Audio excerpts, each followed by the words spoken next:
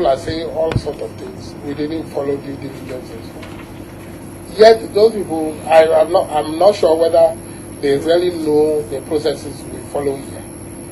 When there's an application, let me first say that Bank of Ghana has no say in who an investor decides to sell his shares to, or who an investor wants to allow to come into the investment, the bank, to invest in the bank. Bank of Ghana has no say in that. This decision is taken by the investors. After they decide to select a particular investor, they send an application to us.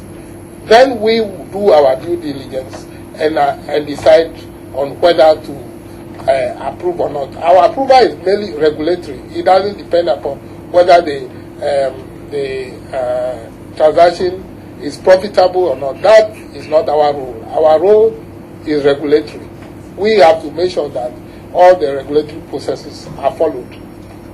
When the first attempt by First Rank, when it came in, we were informed of those attempts. But you remember that when this thing fell through, it was both Smith and First Rank which came out with a statement that they were unable to reach an agreement on the sale. First Rank came out first, and Smith also came out with the same statement. Based on that, we came out that because they were not able to reach an agreement, we are also unable to approve it. Because if the two cannot agree, we cannot approve. We were told that there were issues of how certain parts of the agreement were treated, and they felt that Smith felt that they could not accept those parts of the agreement. They had discussions. They tried to negotiate. In the long run, they were not able to meet it. Someone is saying, well, Smith, they wanted to invest 170. Yeah, actually it was 174 million cedis that they wanted to invest, and that they were giving 23% to Smith. That is not true. Smith was also in that agreement. Smith was supposed to invest additional more than $80 million. Apart from what they are, Smith was supposed to put in an additional $83 million.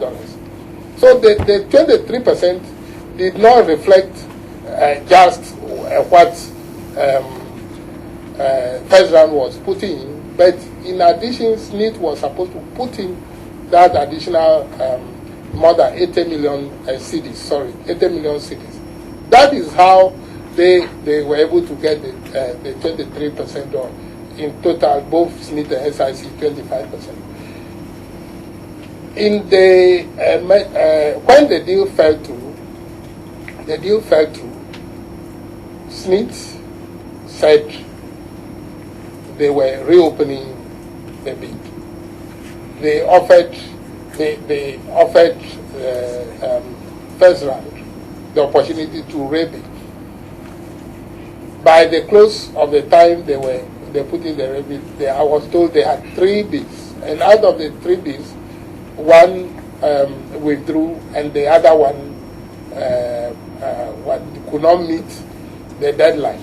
And all these processes, I'm told, was through KPMG, or the one which evaluated. And based on that, KPMG advised that the deal should be given to, or the bid should be given to Fortiz. Then they wrote to us. We look at all the issues, the documentations, and so on. We saw even I heard that some people are saying that Merchant Bank did not approve it. There was, as far as I know, the purchase agreement was signed by both the chairman of Merchant Bank and the MD of Merchant Bank, plus Smith, the principals of Smith, Fortiz. Yeah, so they all signed. We look at all those before we go ahead with the deal.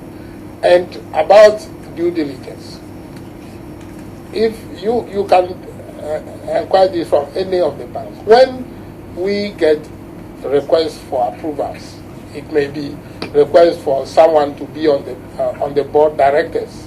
We have to approve it. Directors to be on the board of banks, or for them to do products, to have products and so on. If it is, especially the directors or whoever is asking for approval, is from Ghana, within our jurisdiction, it's easier to do a preliminary due diligence through, there are public figures. For example, I know you very well. If a bank puts you up as a director, I don't have to, because it also affects the bank's work, I don't have to wait until all the due diligence is done. I ask for your CV and so on. You give it to me. I check quickly on the background. We give what we call approval in principle, okay, or approval subject to further due diligence. We do that all the time. If someone is saying that this is the first time we are doing that, then the person doesn't know what we do at Bank of Ghana. We do it all the time, and after that we then submit the antecedents of those who want to be in that or to take the directorship position. We submit them to agencies like the FIC or the police and so on to see whether they have a police report and so on. But these people who were investing, the Fortiz people, they are public figures. They are known, and therefore the approval in principle is not out of, or is not against any of the rules that we do.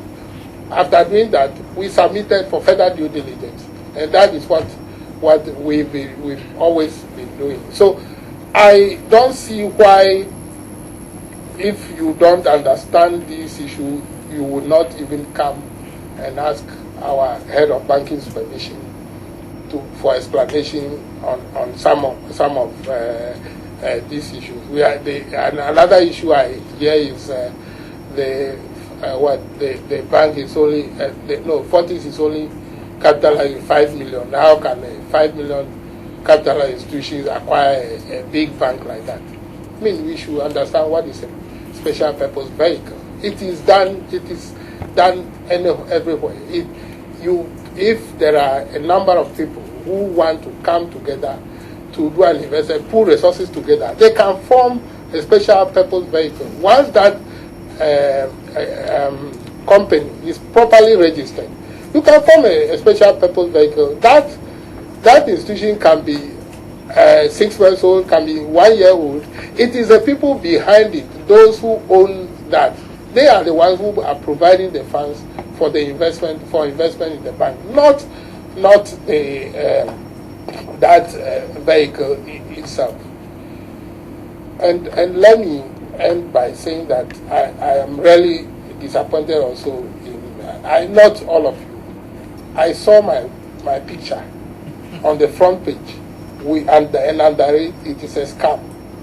I mean, someone will see that headline and say, "Oh, the governor is involved in scam." In fact, I felt very bad about it. And I think that when we are reporting or doing things, we should do them properly. You may be reporting facts because you are just reporting the press conference. But the way you do it is also, because this position, should be a position that is beyond reproach. And if you don't have any evidence of any wrongdoing, and you go about doing that, and then a very reputable newspaper, I won't mention the name, but I think you all know it. The only thing good about that was that was the best picture I've seen of me. But I think that you will agree with me that that is not the best way to report such issues. You can do it without my picture on the front page. You see, my son was being teased at school that the father has stolen. I think that we should stop this kind of activity. But if you need information, there are appropriate institutions here. We have Banking Supervision Department. Dr. Isahaku is the governor in charge of banking supervision. You ask for information, ask for to come and interview him or talk to him to explain issues. But let me also say that you know that our industry, we act on confidentiality. We don't reveal everything. We cannot tell you who is the customer of this or who owes that and that. So we also have our rules to follow. But as much as possible, we'll try and explain to you what are the issues. So if we keep quiet, it's not that we are guilty of anything. It's just that we don't want to have a running battle. I'm sure what I'm saying now, as soon as it gets out there, those who are against will also come with others. But I'm not going to reply. We'll just make our statement. And then you will take it at that. If you believe it, you believe you don't. I hear they are in court, and I mean, we are ready to defend ourselves wherever we can. So that is what I have to say. If there are any other clarifications you want. George, are you okay? If there is any other issue, raise it.